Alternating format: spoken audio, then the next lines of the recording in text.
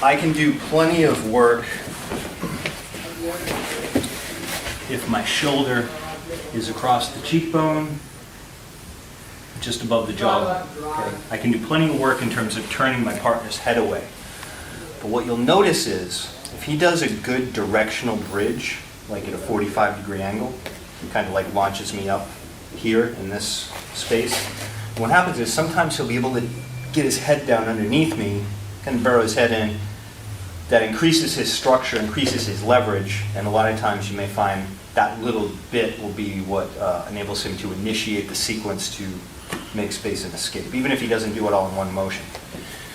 So what you want to think about from here is not just how much I can manipulate his cervical spine and, you know, crank on his neck and everything by just turning his chin away. Instead, I want to be more efficient. So actually, it's a little less wear and tear on his body, I think, mechanically speaking, but it's more difficult for him to escape. Notice what my arm does. So right now, I have the whole length of my upper arm bone is fixed, right? I can't change that. So if I'm going vertical from elbow up to shoulder, you'll notice that my shoulder is way up here.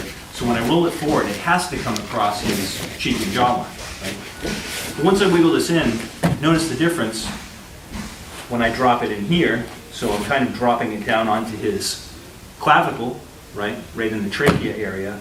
And now I roll it in. And now you'll notice that not only am I all neck in my connection, but I'm actually underneath his jaw right now. So if Ryan goes to bridge, okay, there's no way for him to get underneath my arm, like kind of tuck himself onto that bicep. There's no way for him to get underneath me, per se, right? So just that little bit, you're actually using the ridge of the jaw to be underneath it.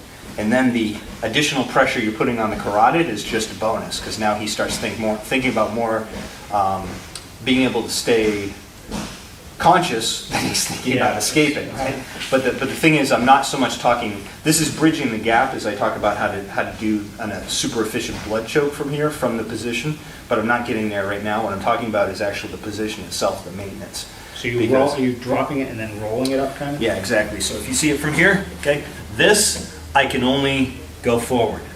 But when I do this, okay, and now I go, like I'm trying to touch my shoulder through my hand, now all of a sudden, right, I can get right in that sweet spot. And, because otherwise what would happen?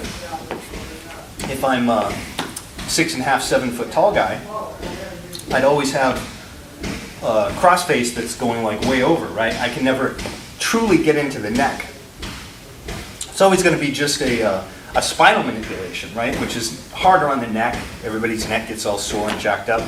In this case, I'm really only turning his chin a bit, but the real pressure here is a little more merciful on his spine and a little more efficient because it's just on the neck itself. It's not so much on the face and the cervical spine again, right? So one more time, do a slightly different angle. Okay, wiggle it in, make the connection from here. So drop it, and now put the weight forward. And now as your partner bridges, okay, you notice there's no way. You've got a physical obstruction just using his own body, which is your shoulder now underneath that jaw, so he can't launch and then dig underneath. Okay? So first one here, that'll work, right? But from here, I dip down like I'm touching my shoulder onto this. Okay. So now see how much lower my shoulder is, and now I put that forward. Okay. So from this position,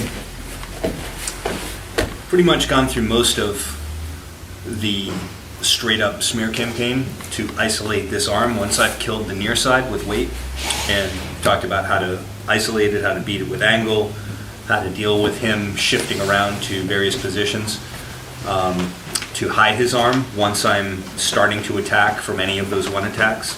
Okay, so we can set traps so that even if he's evading, right, first he can only evade from the shoulder down, then he can only evade or defend from the elbow down, then finally it becomes the wrist, and then the fingers is about all you can wiggle. and you will finally shut that off, or shut that down. Get the tap.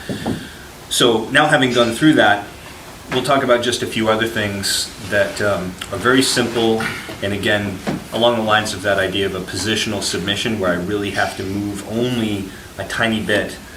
From here, my connection, my weight distribution remains fairly constant the whole time. Okay, so a couple things. I'm going to actually go for a regular crossface now, and I'm going to talk about the super crossface with the shoulder justice and really ratcheting that in now. So the first thing when we're not really dealing with our hands or our grips before is I was talking about, instead of worrying about the grip first, whether you're threading underneath the armpit, you're threading down here on the lat, you're grabbing the gi, okay, you're getting a lapel grip, any of these different variations of a crossface with the shoulder and the neck. Okay, what I said first was to eliminate this space in between your arm and your partner's carotid, right? So the first thing we do is we just wiggle this in once I've got everything else set. Okay, I want to make sure there's zero space on this side, and then just my shift will create the connection, and then to actually put it in the right place so that I'm underneath my partner's jaw. That's not just for the pressure that you put on the artery, essentially, which gives that sort of a choking sensation, but it's also to make sure that if they do a big bridge and they try and bump you up, that you won't actually come up over their head. Is to just drop my shoulder like this down, so now my humerus bone is angled a little bit. It's not straight up and down from the floor, my elbow up to my shoulder, and now it's actually sitting more on his trachea. So now my connection, right, I don't even have to have grips. I already have all the pressure I need. You could essentially start to make somebody feel like they're going to pass out right from there. And it's not about pain compliance at all, simply about control, connection. So from here, we're going to add the grip now. And you have any of these variations I just talked about, right? You can be grabbing the gi, the lapel. A lot of times what I'll do very simply is, depending on arm length in relation to the thickness and size of my partner's upper body, so I'm just going to take my fingers here and put them under the armpit or the lat. Depends on how big they are and how long your arms are relative to them. Now from here, once and only once I have taken all the space away, as we talked about before, okay, do I get the grip, and then I do a slight pull in this direction to bring him towards me. Now he's slightly out of spinal alignment. Now from here, what I'm going to do is drop my shoulder down like we talked about before. Okay? This hand could be doing any number of things, right? I could just have it up against him. I could have it across the belt line. Okay? I could be pulling in on his arm here. All these different things. Right now I'm just going to focus on this grip, but know that I'm not going to be lazy here where I'm going to give him, say, a deep underhook, even though ultimately it won't matter. So I drop my shoulder down, and now from here what I'm going to do is, regardless of what my arm's been doing so far, now I'm going to bring it back here, and I'm going to walk this way to really ratchet that in, so now it's touching, my shoulder is touching down here by his trachea. So it wasn't just aligning with it before, now it's actually pointing towards and touching his trachea. And now from here, you'll notice my hips come up a little bit, and now I'm going to walk back into Mike, and as I do, I'm fully ratcheted in under his neck, okay? And then you feel the tap come in. If you get somebody, who's super resistant, they may hang out there for a little bit before they feel that. But essentially what you're doing is you're just filling in the side of the neck with that pressure. If you don't get a tap, because somebody's just really gnarly, they're one of those people that seems to have like hidden arteries that's, even if you do a picture perfect rear naked choke, it takes them like 3 times as long as other people. There are some people like that. Not always the toughest people either. They just have weird anatomy or something, I don't know. But you feel your shoulder in here, okay, you drop that down.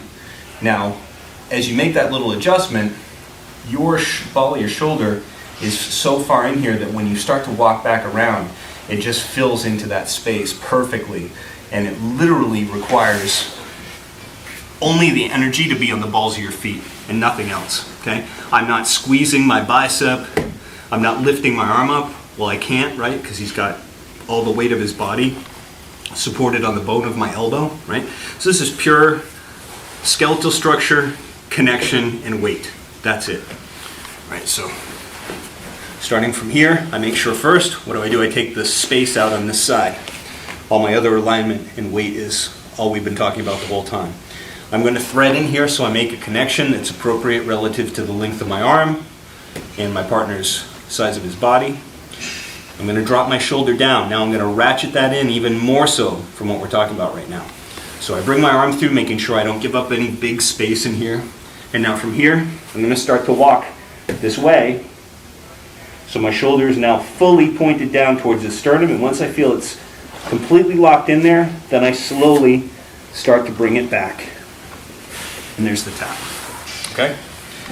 And if somebody's very resisting, you may need to walk through a little bit more, almost until you're coming right up into their hip. But you almost always get either a submission from there or a very deliberate response on your partner's, on his part. And that's going to allow you to open things up, because nobody's really focused on an escape from there.